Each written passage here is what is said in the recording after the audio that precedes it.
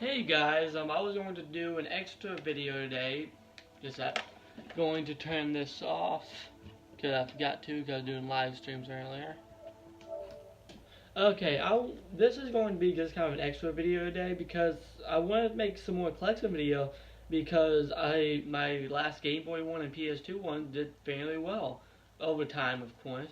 And I want to do some more because I still have a lot more games, and some of the collection videos I made over a year ago, have kind of grown a little bit, grown at least a little bit, at least enough for me to make some new videos and maybe like almost re-upload because most of it's kind of the same. But I decided since this one I don't have a lot of games for it yet, and not because just because my local game store doesn't have a lot of games that really pop out to me for it, and not because it's too expensive. Some of the games are fairly cheap. I got me an original PlayStation. And I also want to sell some of the controllers for it because the original PlayStation, you can find controllers for like 98 cents a piece. And if you can, well, I like some of the weirder controllers if I can find them. Like even just different colors of them. If it's $1, I'll grab it. So this is the original PlayStation. Even though when I started collecting, I didn't have one. I used my slim PS2, and you can even use a PS3. But unless you have one of the older models, you can't really use any of the older controllers with it. So this is the original PlayStation, which I plan to refurbish eventually, and maybe I can make a video out of it when I do. But for now, you can use this, or you can use like I said, you can use any PS2, any PS3, but PS4 sadly doesn't have it. Next, like I'm gonna go over the games last, just because there's not that many of them, and they're not that interesting games. It's so I decided first I'll go over my memory cards one. This PS2 I found at a thrift shop for around I think $10, and it came with a pretty nice Mad Catz memory card.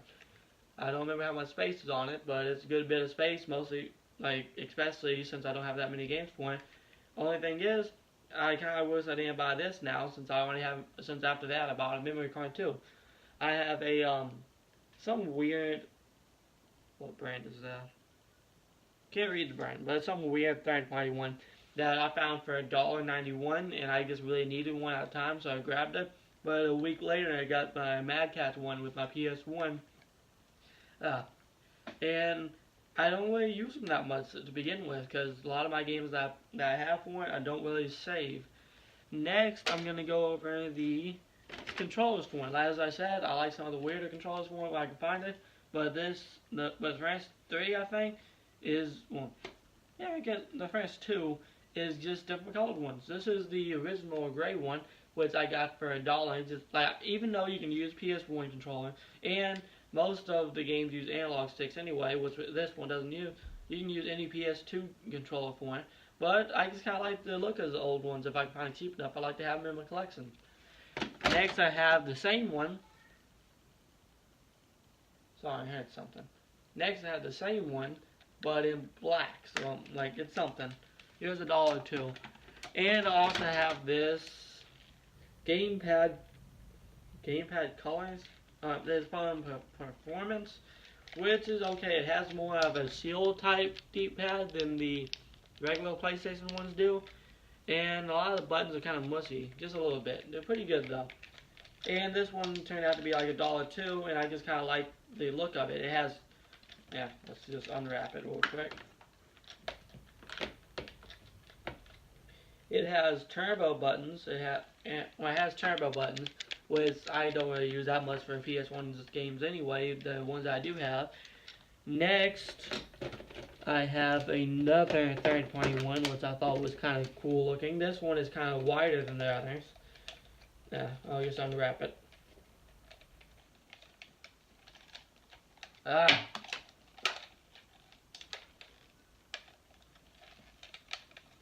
Okay, this is hard. Just that. Wrap that up good, didn't I? Next, I have this weird one. The circuit board is very light. I opened it up to try to fix some of it, but it didn't want to fix it. So it's something wrong with the controller, but I wanted to keep it just because it's kind of cool. It's made by, I forgot the company. It was like Toyco or something like that. Kind of hard to read it, but yeah, you can kind of read it a little bit. But it's made by like Toyco or something, and it's a very light circuit board. and it's a kind of a weird one. It looks kind of cheap, feels kind of cheap, but it was $1, and it kind of looks weird, so I decided I'd pick it up. But some of the buttons are very unresponsive, but it's just because it's old, I think. So the buttons feel weird on the triangle, square, and X. I don't know, they have a weirdness to them. But I decided to get it because it looked interesting enough. And last, I have my only analog stick controller for it, and this I got for $1. And I like this because of how much trouble I went to get this to work. See, this is a weird one. It has a program mode, which means if you press this, and you can I won't explain it to you. You can find the instructions online, but like it's very hard to find instructions for it online because it wasn't a very popular controller. But pretty much, you can, like, when my problem with it when I got it is because someone programmed up, like I think it was up or down or whatever. Someone programmed up to X, or I think it was maybe back. Someone programmed up to back, and I couldn't figure out why. I thought there was something wrong with the controller. I opened it up, I tried to fix it, but there was nothing I can do for it. And then eventually, after a lot of research online, I found some old, someone else had the same issue with it, so I was able to figure it out. But yeah, it feels nice though. It's pretty comfortable in the hands and everything. The analog sticks are great. The buttons, the D-pad could be better. It's kind of harder to press.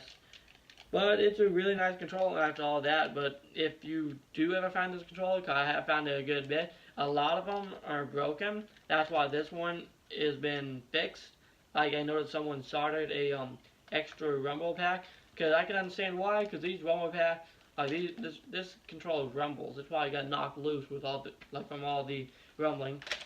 But I plan to try to fix it better eventually after I try to get better at circuitry and all that. I'm gonna try to learn how to solder soon. And next, I have some games for it. I don't have a huge collection of games, but I have good enough. I have Tetris Plus, and I know this looks really crappy, but I decided to put it in a I decided to put it in a case with Gunship because it was for some reason it was a one disc game, but it had an extra slot in the back, so I decided to switch it because I don't know. I really wish I hadn't though. But yeah, I haven't played much of Gunship, but Tetris has a regular Tetris mode, and it's $1. I think Gunship is around $1 too. But Tetris Plus, I recommend getting it if you do get a PS1.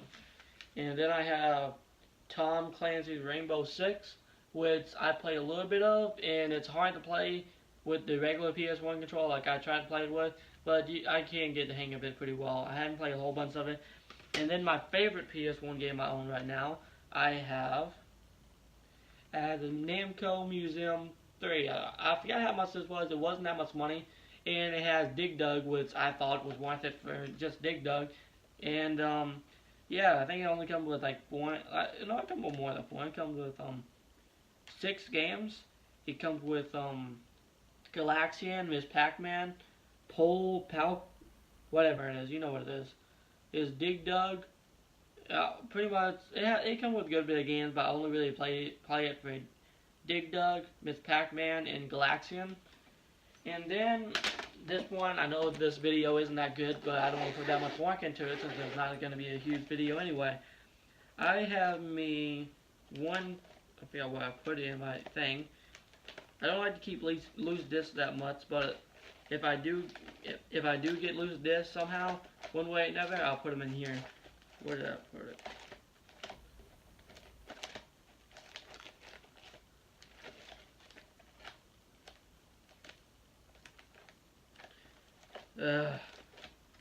I'll get back when I find it. Okay, I really don't want to do any editing in this video at all, not even a cut, but I decided I should. I ordered these games online. It wasn't that much money. I just wanted to spend the last bit of points. Not points. I had a gift card from GameStop. I just wanted to spend the last dollar on it so I can get it going. And they had Gran Turismo 2 for it. But I got it, and it was just this. I decided it would be a test, just in case I wanted to order retro video games from GameStop. Because I really didn't trust ordering them unless it was DS games, since I really don't mind getting them that often, like if it's cheap enough. and I ordered some Game Boy games from him. That's the most I've ordered from him. And if it's new, I order it from him.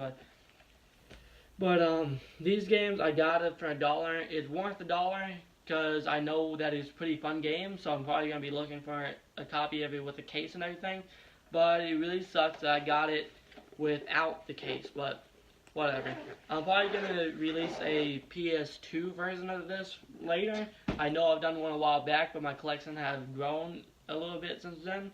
So I'm going to be back with you when that video comes out. So hopefully you watch that video as well.